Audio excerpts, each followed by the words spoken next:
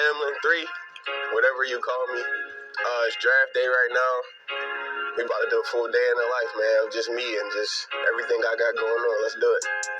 Play fake. DeVito throws that one on the money. An open field body slam. My goodness. Johnson just got thrown to the turf by Demar Hamlin, and the throw is intercepted.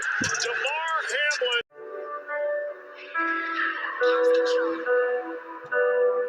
Gotta go to work now, man. You deserve this, man. Cunningham trying for the shot and the interception. And it's Hamlin who's come up with the pick. And once the receiver's hands go up, you see the hands go up, and great job by Demar Hamlin sticking that right hand through that catching pocket. Tough to choose, and just playing for the hometown team and doing something special here. That's what it really separated.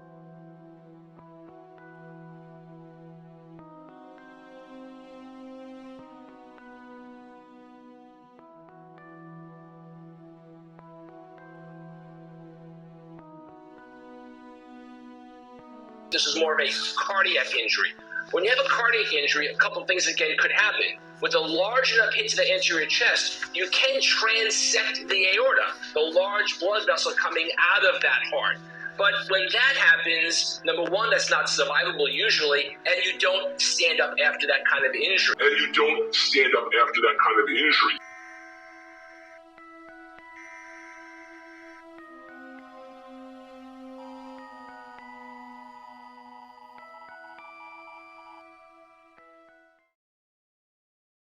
Yeah, it's just been great to see every step of the way. More good news for Demar Hamlin. The last time Demar Hamlin was with his teammates on game day, he was being taken to the hospital after suffering cardiac arrest on the field. That was 3 weeks ago in the regular season against the Bengals. Today was the Bills-Bengals playoff matchup. I never know when like the last day could be that you getting to experience something like this, you know. So I'm cherishing it every moment I can. You make the tackle. Do you remember standing up after you make that tackle?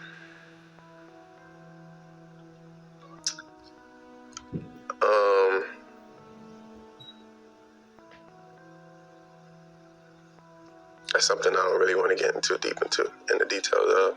The ambulance is out there on the field, and they are intensely working on Demar Hamlin. Vigils outside the University of Cincinnati Medical Center. His uncle says Hamlin had to have his heart restarted twice, once on the field and again at the hospital. He adds that doctors are reducing the amount of oxygen given to Hamlin. All 32 NFL teams have changed their Twitter profile images to pray for Demar.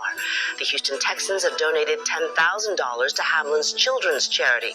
Just before his collapse, that GoFundMe account had raised about $3,000. It has now surpassed $6 million. $6 million. Your doctors in Cincinnati, they called your recovery remarkable. I mean, 3 days on the ventilator, your neurological function is intact. I'm sitting here talking to you today. I feel like I wouldn't know anything ever happened to you. Why do you think your recovery is so remarkable? First and foremost, just God, just a blessing, you know. I'm just thankful he gave me a second chance, you know, just to live normally and just, you know, not even just come out almost without a scratch on me.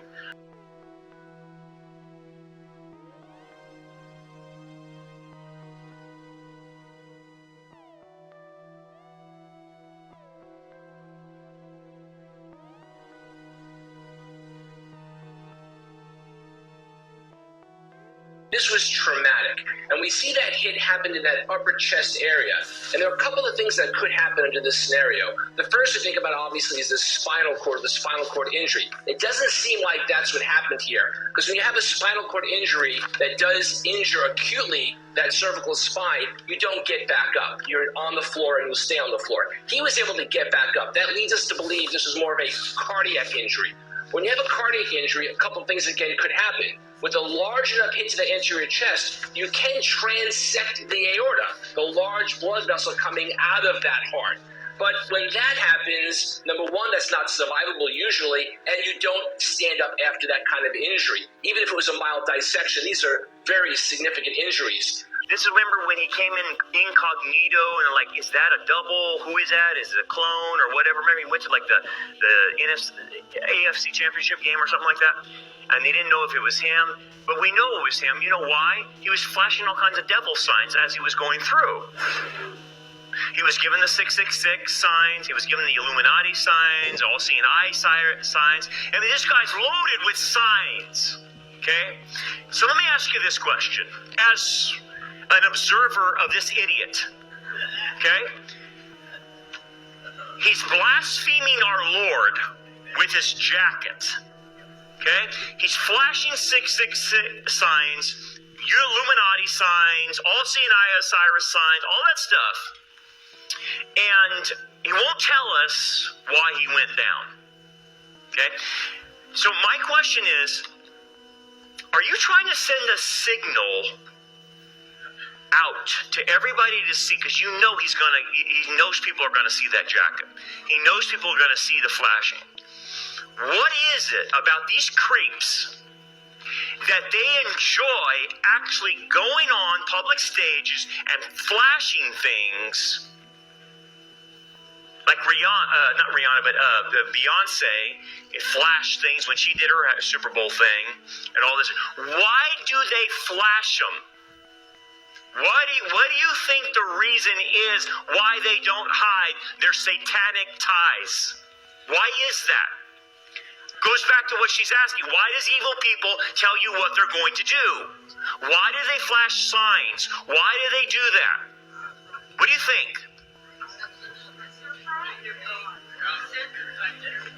There's a desensitizing, there's a pride element. What else?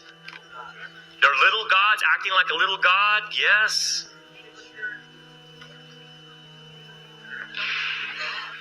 They're showing you.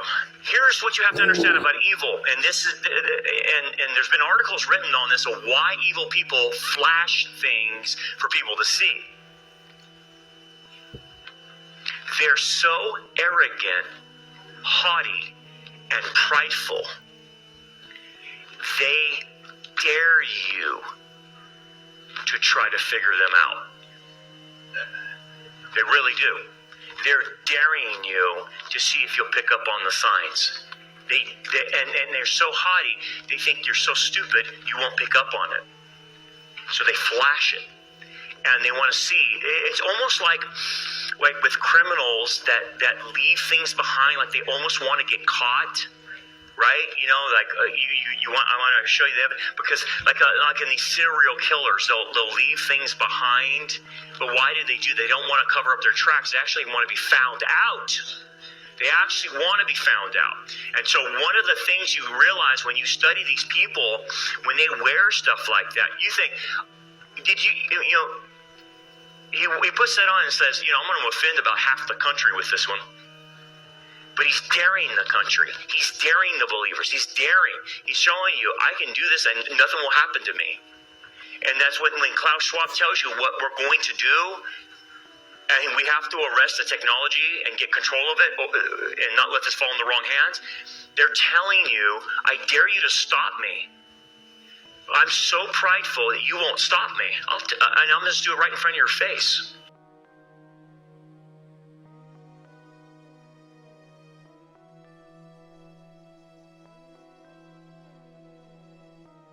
The stadium and coming to the game as if he's a president. And then, there's rumors and stuff that he had the FBI actually watching the room that he was in the hospital. That raises a lot of flags as well. It's like, why would y'all have this much security around an NFL player? All he did was have cardiac arrest, a heart attack on the field. This is not someone that works in the White House or anything that has this. He's a threat, and there needs to be hella security around him. So it makes you ask the question, what are y'all protecting?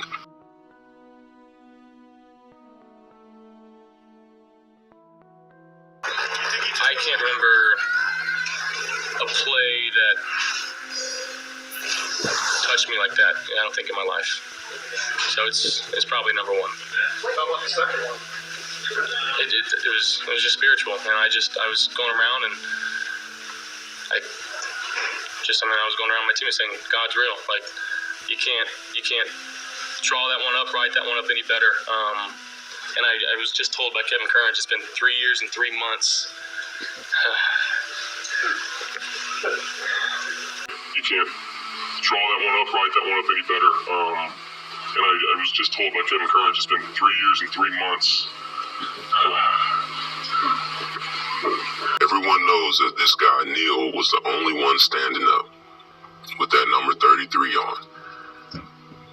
You know, and this kind of stuff just screams, you know, it just screams things being scripted the way that they want us to see it. Incredible script.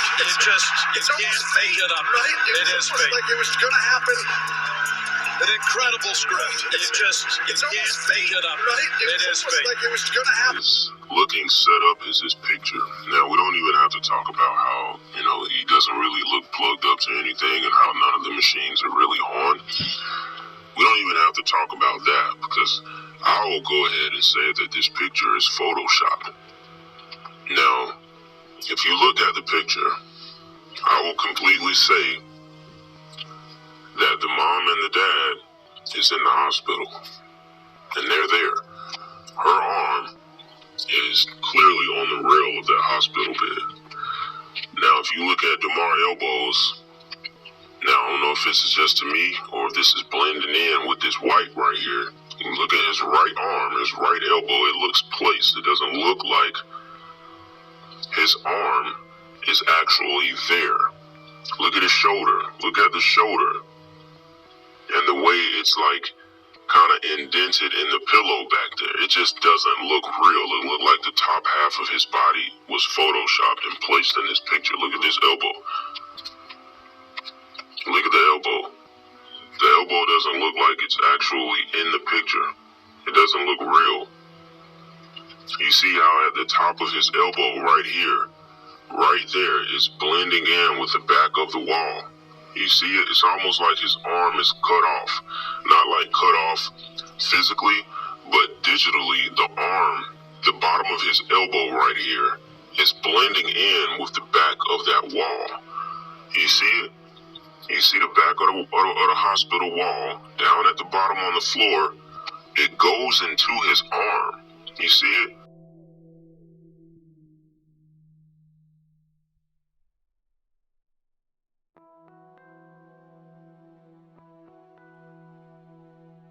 What happened to me on Monday Night Football, I feel is a direct example of God using me as a vessel to share my passion and my love directly from my heart with the entire world.